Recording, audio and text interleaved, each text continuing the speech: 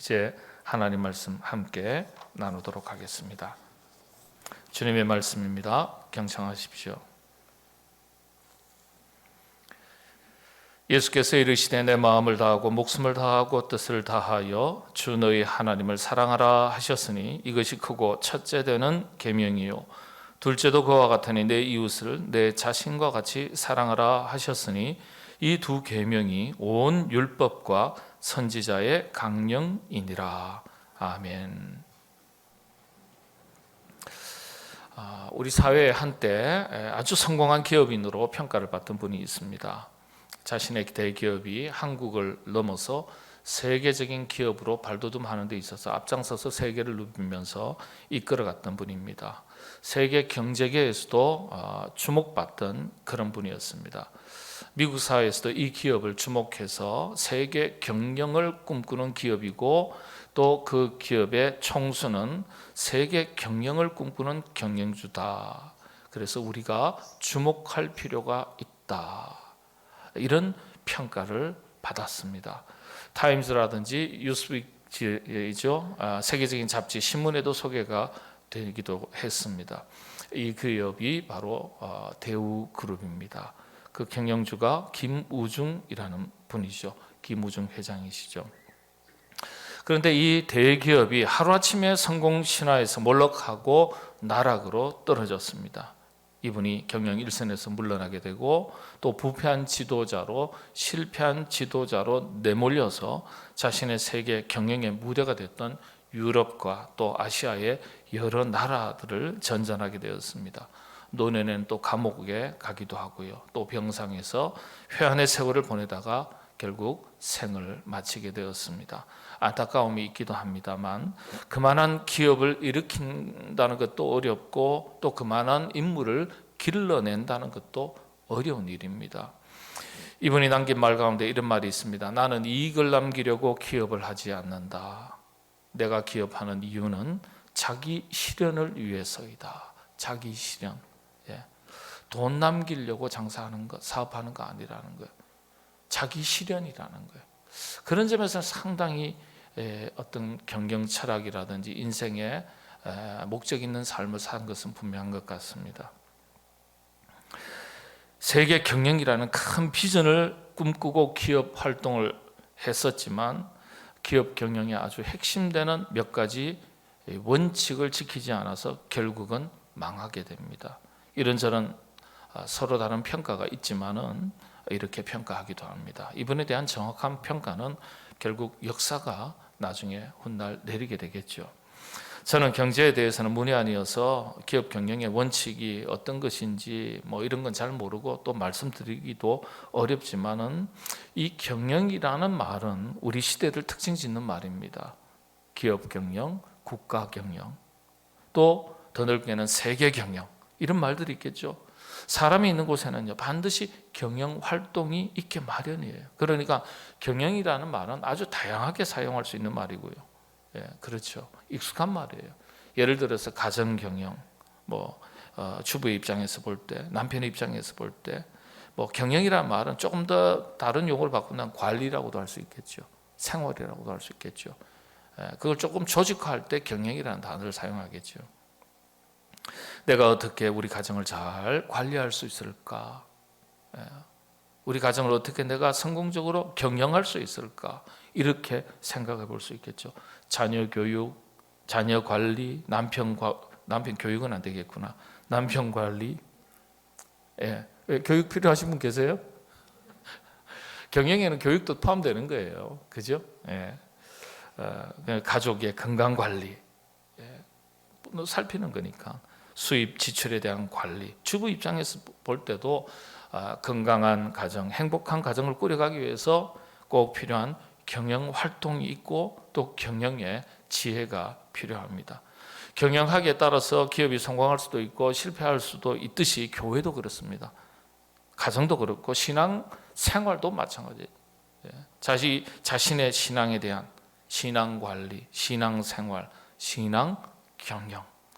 성공할 수 있는 기업 경영의 핵심 원리, 원칙이 있듯이 성공적인 신앙 경영의 원칙이 있지 않겠습니까? 우리가 열심히 믿고 애쓰고 노력하지만은 성공하는 신앙 경영이 있을 수 있고 또 실패하는 신앙 경영이 있을 수 있는 거예요. 목회도 어떻게 보면 목회 경영이 있을 수 있는 거예요. 목회. 어떤 점에서 그것이 그렇게 다를까 한번 생각해 볼 문제입니다. 그래서 오늘 우리가 함께 생각해 볼 주제는 신앙의 주제는 신앙 경영입니다. 이 성경은 신앙 경영의 바른 핵심 두 가지 원칙을 우리에게 가르쳐 주고 있습니다. 그런데 놀라운 것은 이 두 가지 원칙, 핵심이 모두 관계에 기초를 하고 있다는 사실입니다. 관계. 하나님과의 바른 관계, 다른 사람과의 바른 관계. 이걸 가르쳐 성경에서는 황금률이라고 그러죠. 황금률. 예. 신앙 경영의 핵심입니다. 신앙생활에 있어서 성공할 수 있는 핵심 원칙이라는 거예요. 기준이라는 거예요. 여러분 우리가 다 알고 있습니다만 오늘날 우리는 수많은 사람들 가운데 다양한 관계를 맺고 살아가고 있습니다. 하나님과의 관계는 뭐 두말할 필요도 없고요. 가족 관계, 부부 관계, 친구 관계, 우리 성도님들 서로 교우 관계, 목회자와 성도와의 관계, 스승과 제자와의 관계, 수많은 관계 속에서 살아가고 있습니다. 그래서 관계에 실패하면 실패하는 삶이 되고 관계에 성공하면 성공하는 삶을 살게 됩니다. 심리학에서도 대상관계 이론이라는 용어가 있습니다. 다른 사람과의 좋은 관계, 다른 사람과 좋은 관계를 일찍부터 경험한 사람일수록 정서적으로 안정되고 건강하고 성공적인 자기 인생을 산다. 그렇게 평가하고 있습니다.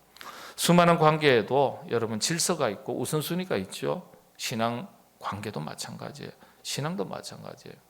우선순위에 대한 질서가 바르지 못하고 분명하지 못하면요, 신앙 경영은 실패할 수밖에 없습니다. 오늘 본문은 두 가지 관계에 있어서 가장 중요한 우선순위가 바로 하나님과의 바른 관계인 것을 가르쳐주고 있습니다.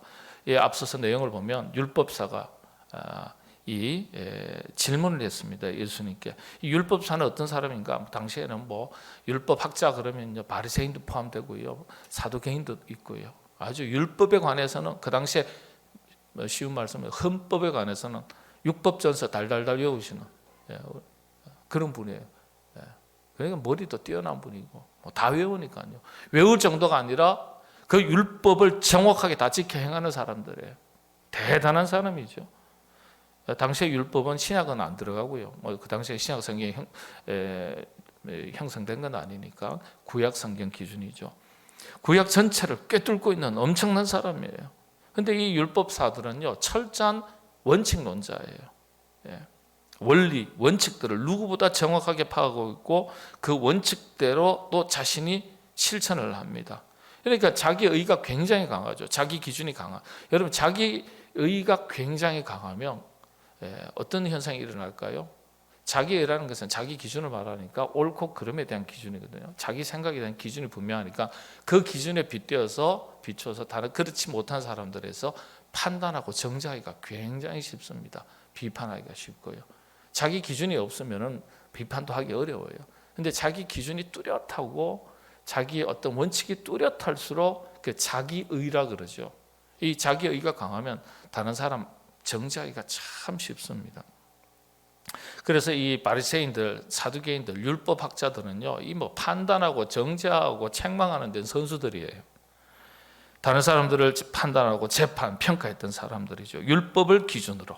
자기는 율법을 기준을 철저하게 지키니까 지키지 못한 사람은 걸리기만 하면 죽이는 거예요. 예를 들어서 안식일에 예수님과 제자들이 밀밭을 지나가다가 배가 고파서 어떻게 밀이삭을 따가지고 손으로 비볐어요. 먹었습니다. 자연스러운 거죠. 밥 먹고 전도해야죠. 그런데 어떻게 해요?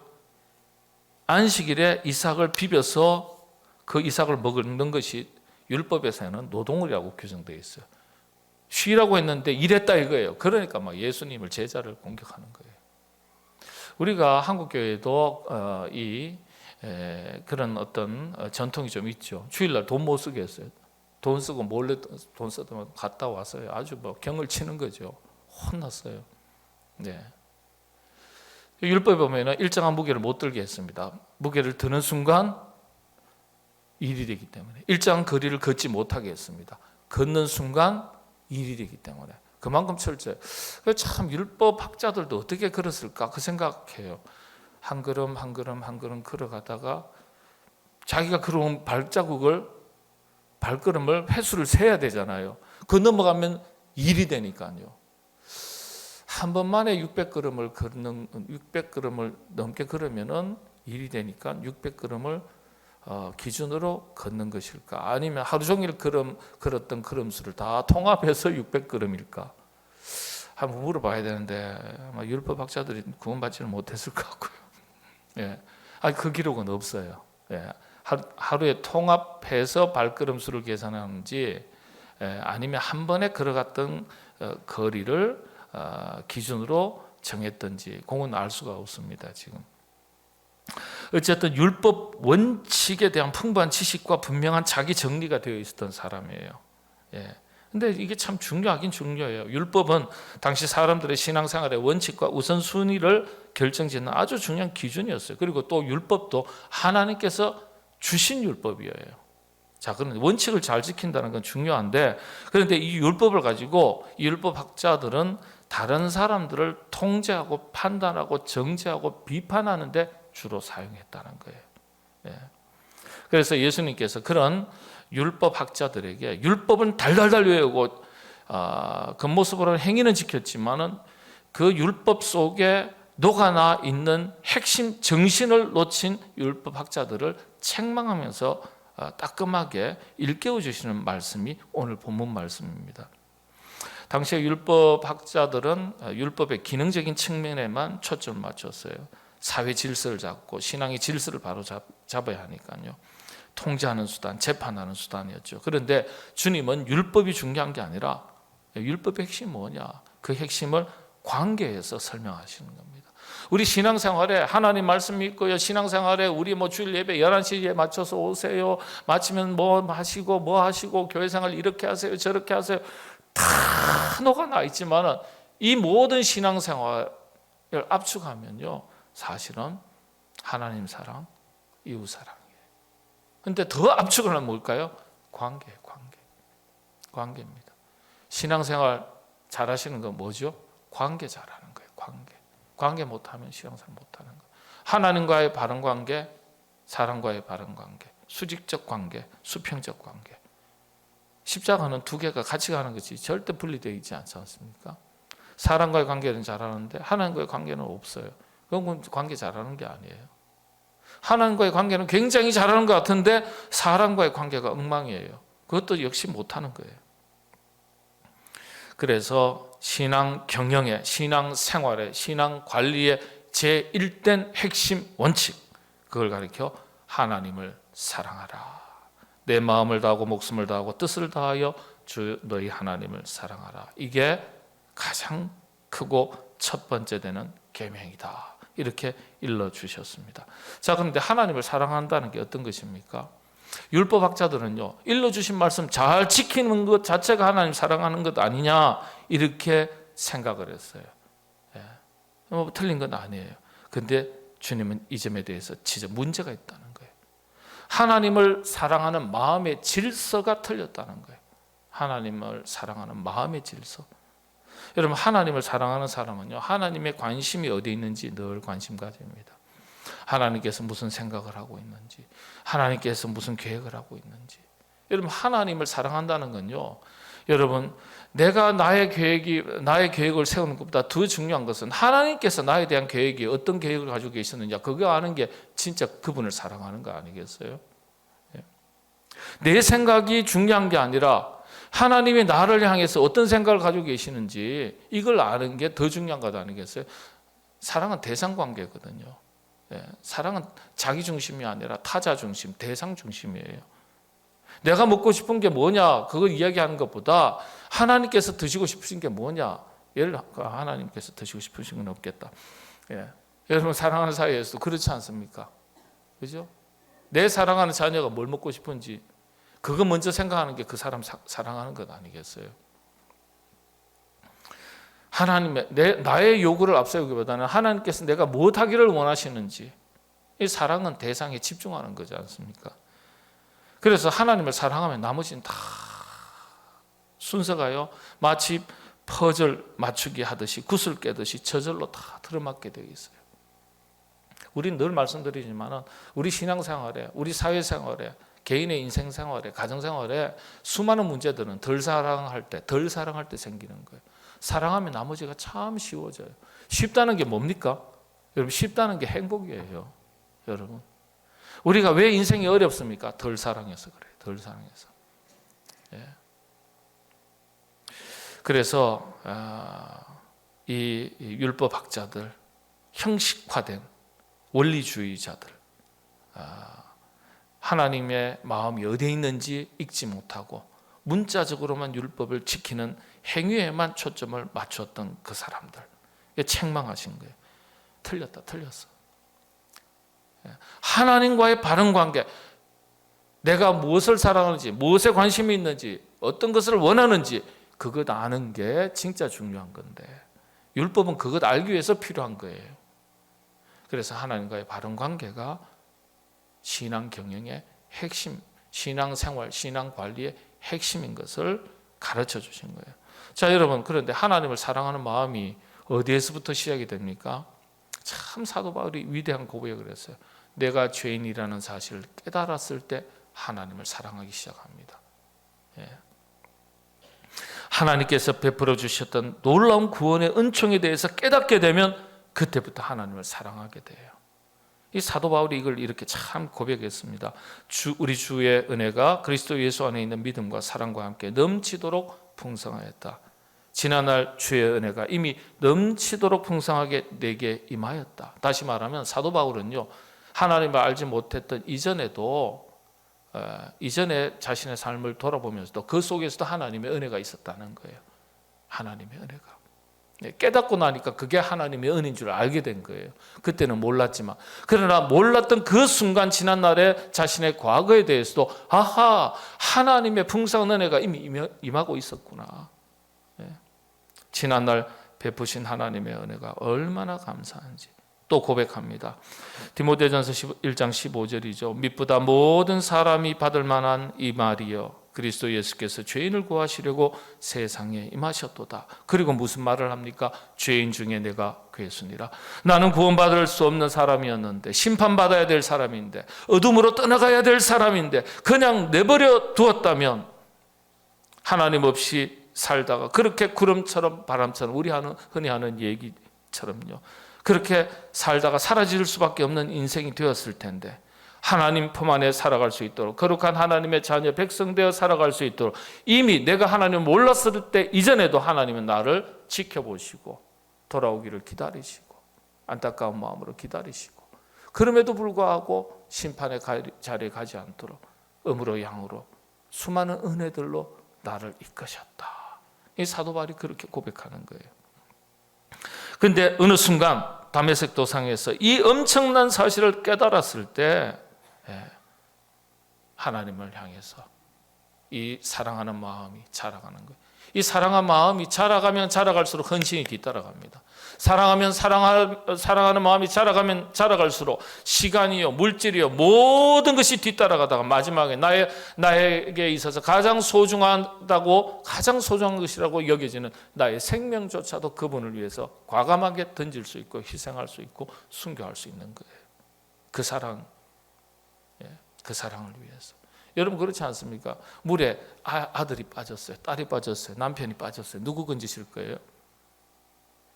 이런 극단적인 질문을 하는 것 자체가 약간 언어의 모순이 있습니다만은, 그러나 당장 실화거든요. 우리 교단의 선배 목사님께서 6.25 전쟁 때 강을 넘어서 오시다가 사모님하고 아들하고 같이 튜브인가요? 하나를 붙들고 가는데 도저히 튜브도 아니죠. 도저히 같이 강을 건널 수가 없는 거예요. 그래서 사모님이 여보, 나는 살 만큼 살았으니까 여보, 우리 아들 살리고 내 손은 놓으세요. 내 손을 놓으시라고. 남편 목사님, 우리 교단 목사님이에요. 울면서 어쩔 수 없이 아들 살려야 되니까 놨어요. 이 아들이 우리 교단 또 목사님이 됐습니다. 저 부산에서 특강을 하는데 제가 들었어요. 평생 그때 아들 손을 놓고 아내 손을 잡았어야 되는데 아들 아내 손을 잡았어야 되는데 그 이야기 하시더라고요. 예. 훌륭한 목사님 되셨어요. 아드님이. 그런 거예요. 그리고 현실적인 실제적인 이야기가 있는 거예요. 누구 그러면 누구 손 놓을래요? 쏙 썩이는 사람 손 놓는 거예요. 맞죠? 쏙 썩이는 사람. 남편이고 자식이고 관계없어요. 쏙 썩이는 사람, 미운 사람 손 놓는 거예요. 여러분 두 사람 살리면 여러분이 같이 가는 거예요. 어쩔 수 없이 선택하는 거예요. 내가 죽어서 두 사람을 살릴 수 있다면 내 손 놓습니다. 내가 죽는 거예요. 그렇죠. 그러니까 여러분 사도 바울이 하나님의 구원의 은총을 깨닫고 지난날 베풀어 주셨던 귀한 은혜들을 깨닫고 나는 구원받을 수 없는 죄인인 것을, 그 중에서도 괴수, 우두머리라는 뜻이거든요. 원문에서는. 그런 죄인 중에 죄인인데 구원해 주신 것이 너무 감사하니까 자기의 생명을 들여서라도 순교의 자리까지 나가는 거예요. 예? 참 기가 막힌 거예요. 그래서 하나님께서 나를 사랑해 주셨다는 이 확신과 믿음의 견고한 확신이 생기니까 인생의 자세가 틀려지는 거예요. 로마서 8장 35절로 37절 말씀 보면 담대하게 선포합니다. 누가 우리를 그리스도의 사랑에서 끊으리요? 환난이나 공고나 핍박이나 기근이나 적신이나 위험이냐 칼이랴. 그 어떤 것도 끊을 수 없다는 거예요. 그리고 또 어떻게 고백합니까? 오히려 37절의 말씀이죠. 오히려 이 모든 일에 우리를 사랑하시는 이로 말미암아 이 모든 일, 환난, 봉고, 핍박, 기근, 적신, 칼, 위험, 이 어떤 도전이 와도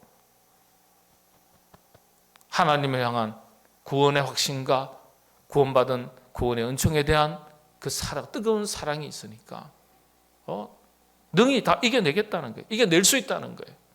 네. 그래서 이길 수 있다는 거예요. 이게 믿음의 힘이에요. 하나님이 우리를 사랑하시고 우리가 하나님을 사랑하는 바른 관계가 우리 안에 딱 정립이 되어 있으면 어떻게 되는 거예요? 넉넉하게 이긴다는, 넉넉하게. 내가 확신한다. 네.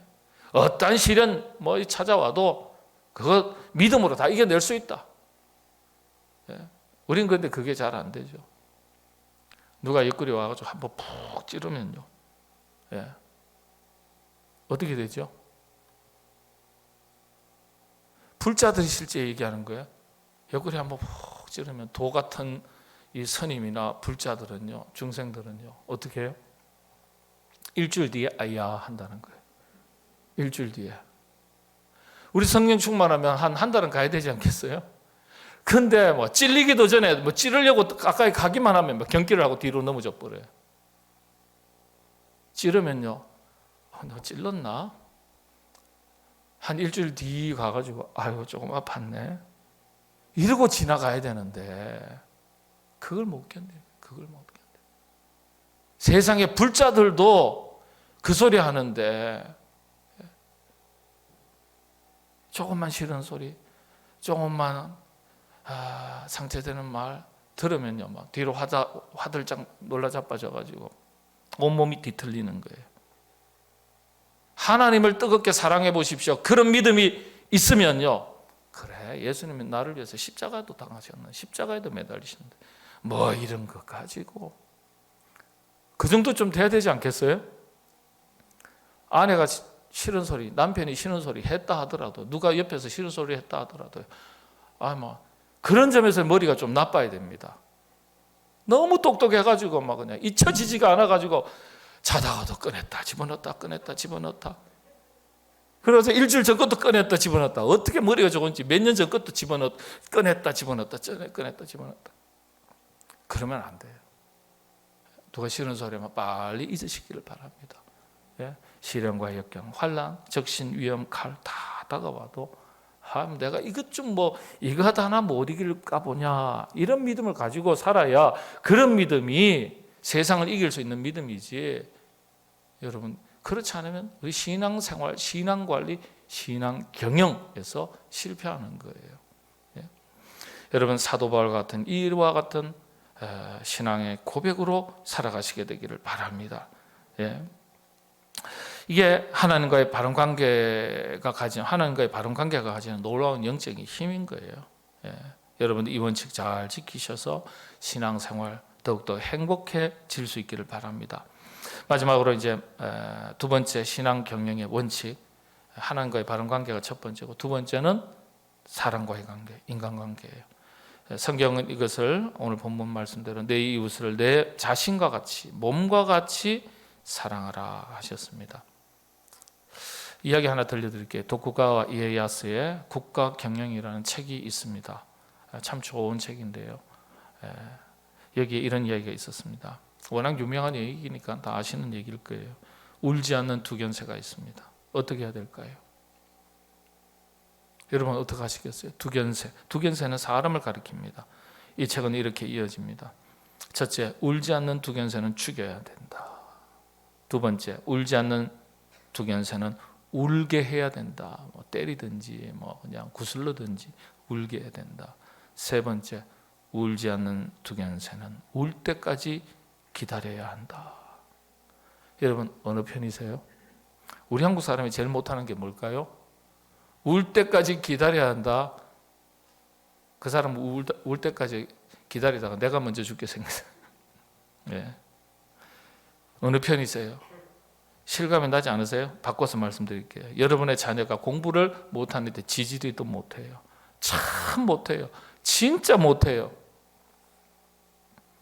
그럴 때 여러분 어떻게 하시겠어요? 자녀에 대해서 포기한다. 포기하는 게 죽이는 겁니다. 그렇죠? 두 번째, 때려서라도 공부를 잘하게 한다. 때려서라도. 어떻게 하실래요?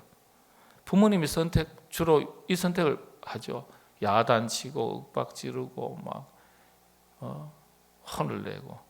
세 번째, 이런 부모님 별로 안 계신데 요즘은 좀 계시는 것 같기도 하고, 포기해서 이러시는지 모르겠지만 공부 잘할 때까지 기다린다.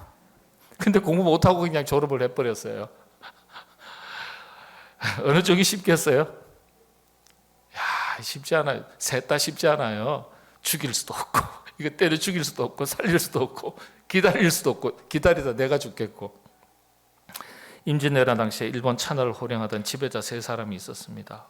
오다 노부나가, 도요토미 히데요시, 임진왜란의 주역이죠. 그 다음에 도쿠가와 이에야스. 도요토미 히데요시가요, 임진왜란 전쟁을 일으켜서 조선을 공격할 때 미래를 생각해서 전쟁에 반대했던 인물이 이 도쿠가와 이에야스예요. 참 훌륭한 분이에요. 예. 뭐 훌륭한지 아닌지는 잘 모르지만은 어쨌든 간에 그 당시에는 평화를 위해서 전쟁하면 안 된다. 이웃 국가와 그런 정신은 참 배울 만해요. 그리고 임진왜란이 끝나자마자 가장 먼저 조선에 나가 있던 일본 군사들을 빨리 철수시키는 일을 가장 먼저 했던 사람이 도쿠가와 이에야스였어요. 이 세 사람을 가리켜서 오늘 일본에서는 천하의 지배자 이렇게 부릅니다. 이 세 사람이 각기 대답하기를, 두견새, 울지 않는 두견새 어떻게 할까 그랬더니, 노부나가는 죽여야 된다. 그 다음 도요토미 히데요시, 임진왜란 주범이죠. 울지 않는 두견새는 울게 해야 된다. 칼을 빼서 협박하든지 회유하든지. 그리고 마지막 세 번째, 도쿠가와 이에야스는 울지 않는 두견새는 울 때까지 기다려야 한다. 어떤 사람이 인간관계에 성공했을까요? 어떤 사람이요? 세 번째, 도쿠가와 이에야스입니다. 지금 일본 열도에서 긴 시간 동안 이 사람을 배우기 위해서 아주 많은 사람들이 관심을 가지고 공부합니다. 모든 인간관계의 기초는 신뢰예요. 신뢰가 무너지면 다 무너지는 거예요.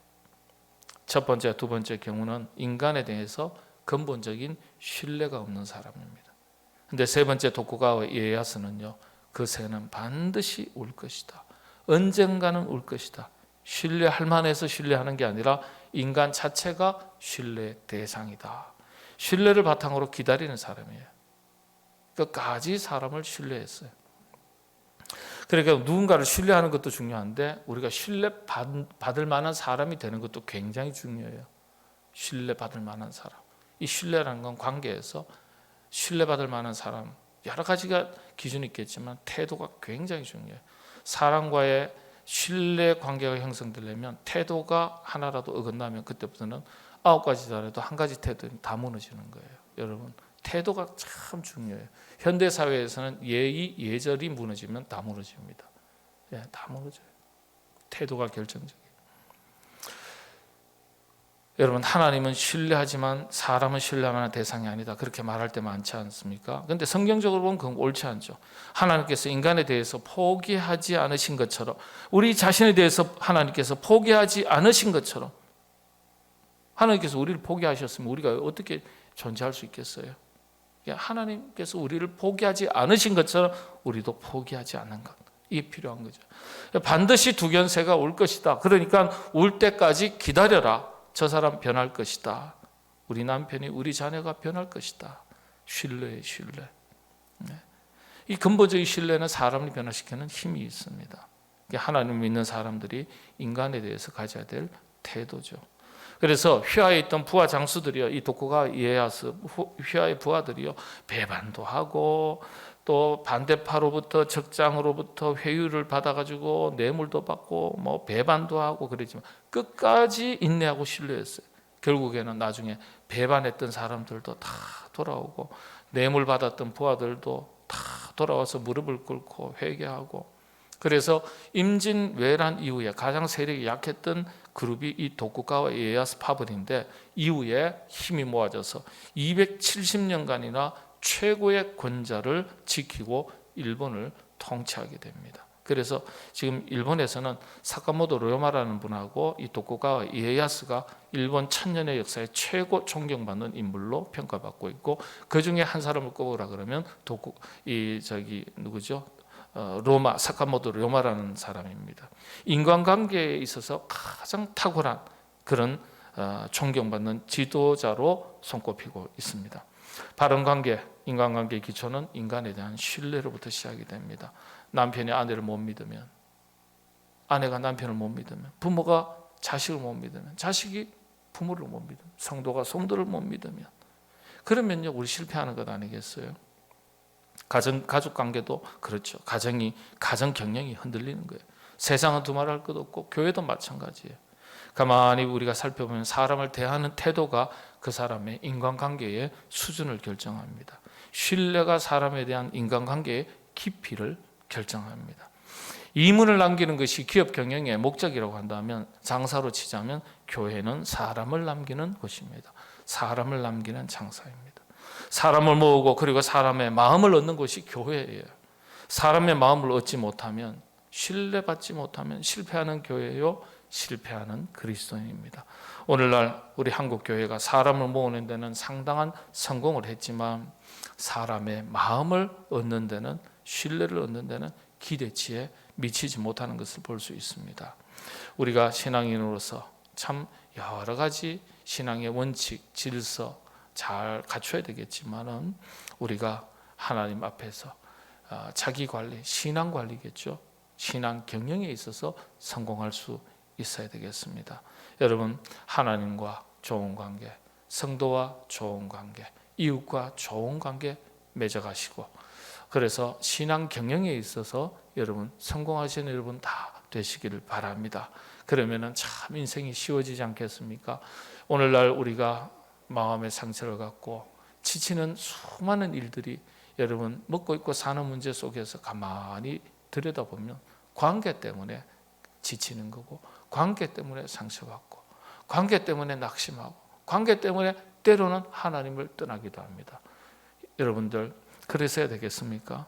여러분 하나님 앞에서, 사람 앞에서 관계에 성공하시고 신앙 경영에 성공하시는 여러분, 그래서 참 여러분의 인생이 쉬워지기를, 우리 하나님께서, 우리 주님께서 그런 말씀하시지 않았습니까? 너는 내게로 와서 뭐라고요? 배우라. 뭘 배워요? 온유와 겸손을 배워라. 이게 인간관계의 법칙 중에 하나예요. 하나님과의 법칙 중에 하나예요. 온유와 겸손을 배워라. 그리하면 너희가 뭐라고요? 이 말씀 나중에 가서 찾아보세요. 쉼을 얻으리라. 쉽다는 게 무슨 뜻이에요? 행복이에요, 행복. 행복의 법칙으로서 일러주신 것. 여러분 이 법칙 잘 지키셔서 신앙 경영에 성공하시고 더욱 행복해지시는 여러분 되시기를 바랍니다. 기도하겠습니다. 하나님 사랑, 사람 사랑, 하나님 관계에 성공할 수 있는 우리 신앙생활, 신앙관리, 신앙 경영이 우리 안에 있게 하여 주옵소서. 그래서 성공하되 이 성공이 참으로 하나님께 기쁨이 되고 우리에게도 참 행복이 될 수 있도록 인도하여 주시옵소서. 예수님의 이름으로 기도하옵나이다. 아멘.